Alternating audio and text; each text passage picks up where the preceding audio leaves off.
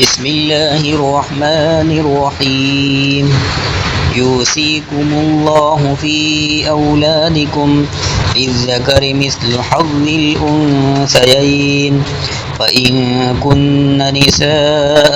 فوق اثنتين فلهن ثلثا ما ترك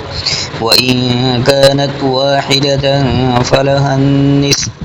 ولأبويه لكل واحد منهما السدس مما ترك إن كان له ولد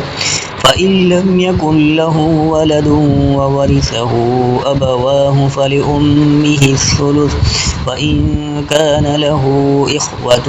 فلأمه السدس من بعد وصية يوصي بها أو دين آباؤكم وأبناؤكم لا تدرون أيهم أقرب لكم نفعا فريضة من الله